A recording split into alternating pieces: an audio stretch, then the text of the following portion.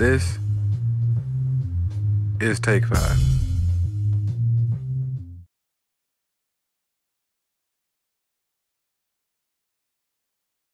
Hi, and welcome to Take 5, a not-so-ordinary movie review show.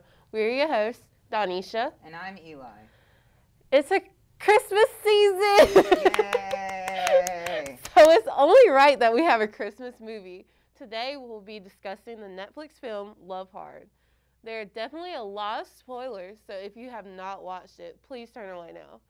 Calling all foodies to Hattiesburg, Mississippi. Take a bite out of the newly launched Hattie's Burger Trail, featuring mouthwatering creations from local eateries. So grab your bags because Hattiesburg is safely open for you. Learn more at visithburg.org and visit Mississippi responsibly. Most of my family, they never graduated high school or even let alone go to college, so I'm trying to break that barrier. Every day after work, went straight to school, studied hard, and it paid off. I could not have done it alone. I see the future is really bright for me. The high school diploma is just added to the confidence, and now I feel unstoppable. Find free adult education classes near you at finishyourdiploma.org. So Eli, can you tell us a little summary about this movie? I would love to. So, after meeting her perfect match on a dating site, an LA writer learns she's been catfished when she travels across the country to visit him for Christmas. And then it gets weird. So honestly, I love this movie. Okay. There's a difference between a good movie and a fun movie, right? According to IMDb, 6.5 out of 10. Not bad, right? Rotten Tomato, 56%. Not great, but all right. Cool. Was it good? No. Did I deeply enjoy it? Absolutely. This is the funniest movie I have seen all year. But that's what makes it a good movie. Right. It just being funny. I enjoyed it in the way that I enjoyed the Sonic movie in theaters. It was ridiculous, but I did have a great time. I really wanted Olive Garden afterwards. Oh. But we actually predicted. This movie was very predictable. We both predicted. And what did you say? I immediately said, as soon as I read the synopsis, oh, she's going to fall for this catfish. She's going to immediately fall for this catfish, and we're going to have the fake girlfriend trope, which is honestly my favorite in the Hallmark trope genre. So I was very excited that I was right. To be honest, I feel like she was very nice to offer to be his girlfriend. Right. Just to, like, make his family proud. Because I would have been like, No, I'm good. I'm going back home. No, I would have gone in the first place. But right. Anyways. I digress. But this was a cool movie. And let's talk about how he was clearly a catfish. Dude. Him, you always video chat with them. Okay, I'm telling everyone. You video chat with the guy that you're going to meet in person before you meet them in person, okay? That's Always. just the rule. I've spoken to a lot of strangers on the internet in my day. Horrible etiquette on her part. In my day. Same, in my day. But you run into a lot of catfish, but we're going to get into how you can spot the catfish, because obviously she hasn't watched catfish in her life. And we'll be right back. Stay tuned. When smoking gives you COPD, you learn to lie a little bit. You make up excuses like, I have to get my keys. You guys go on. Anything so you can walk at your own pace. I used to do that all the time. Those lies don't work anymore. My tip is, the worst lies are the lies you tell yourself. Like smoking isn't that dangerous. You can quit. For free help, visit cdc.gov/tips.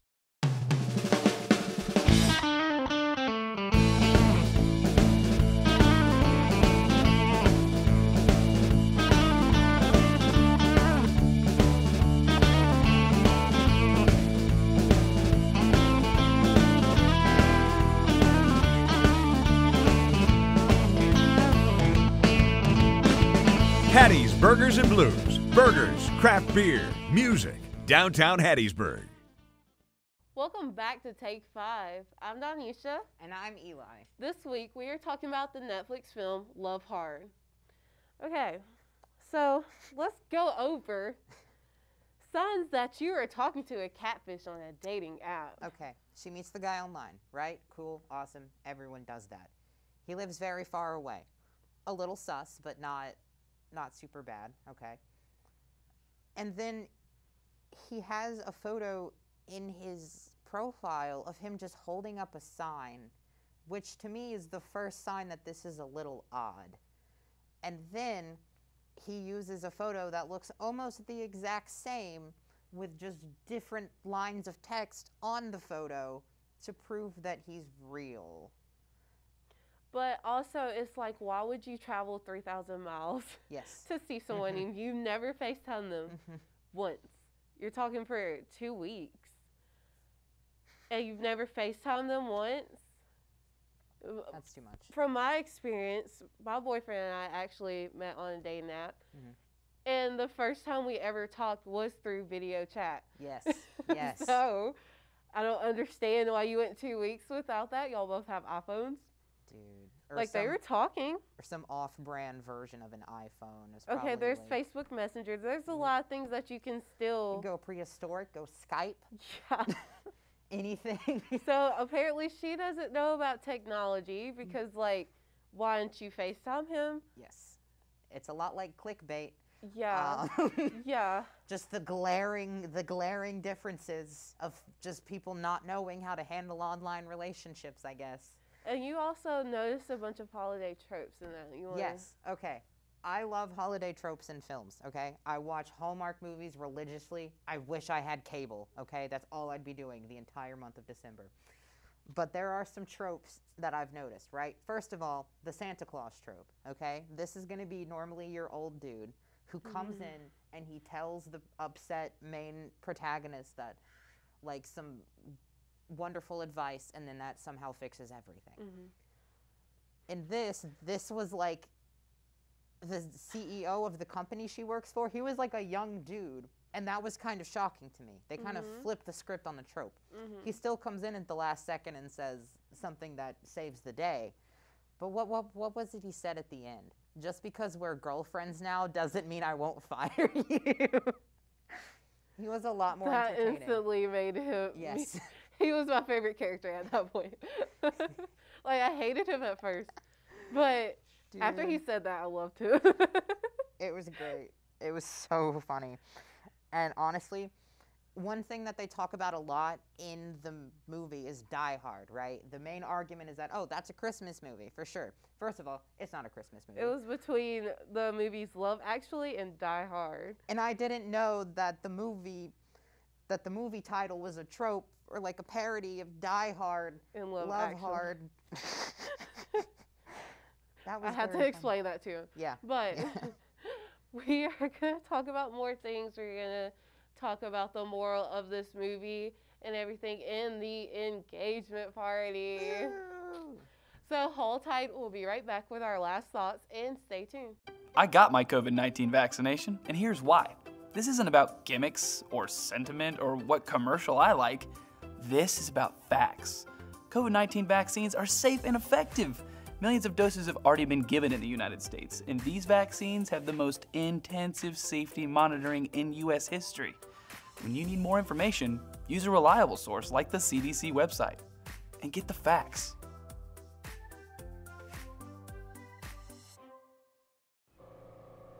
When smoking gives you COPD, you learn to lie a little bit. You make up excuses like, I have to get my keys. You guys go on. Anything so you can walk at your own pace. I used to do that all the time. Those lies don't work anymore. My tip is, the worst lies are the lies you tell yourself.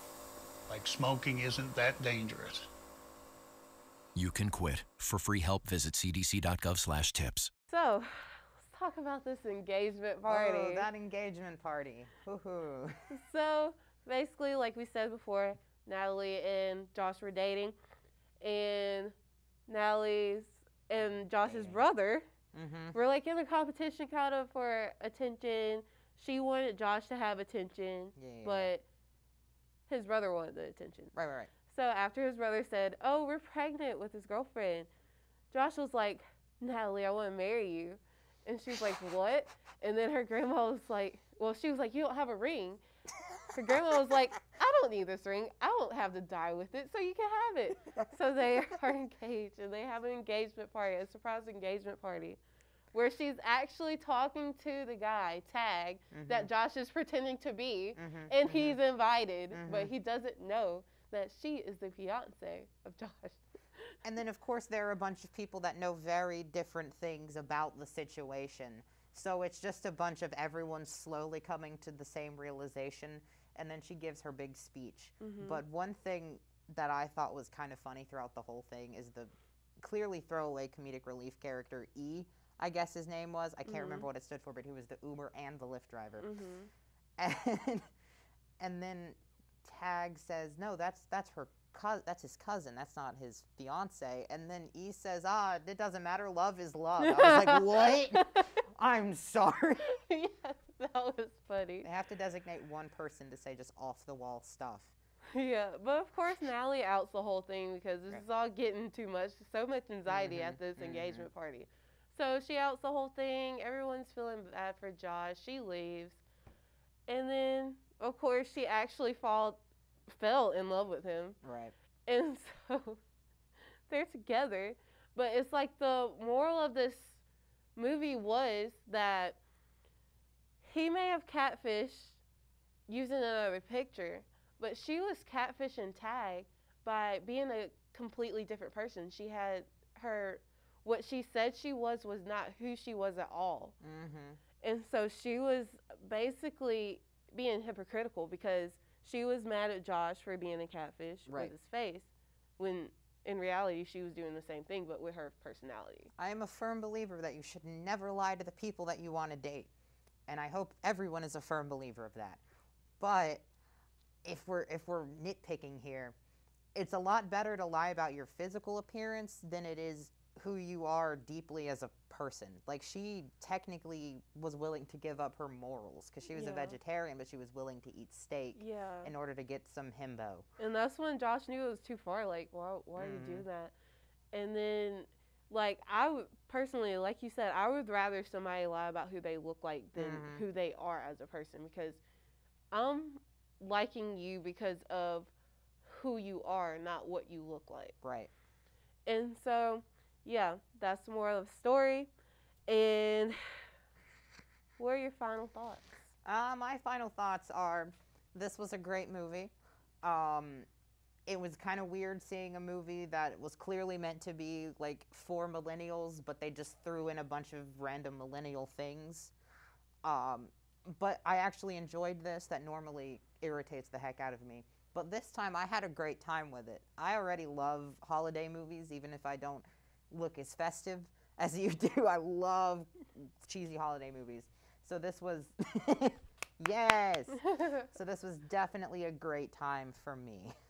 And I loved how, like, it had kind of the same plot per se, but it was very different from regular Hallmark movies. Yes. Because usually Hallmark movies, girl comes to a small town, has a failed business, something's getting destroyed, she's trying to save it, whatever, and she is dating this or have a crush on this rich guy, and then ends up falling for the small town baker or like coffee shop owner or something like that. And it wasn't like that at all, though. But one thing I like about it was the old people. Oh, the old people. I love those old people. We're going to leave you guys to find out for yourselves when you watch the movie. So, good luck. And after a long season of Take 5, next week will be our last episode. It's the season finale. Thanks for joining us. Catch us next week as we discuss Squid Games. Remember to wind down and relax for your stressful week. And remember to watch Take 5 on SM2 TV. I'm Danisha. And I'm Eli. See you next week.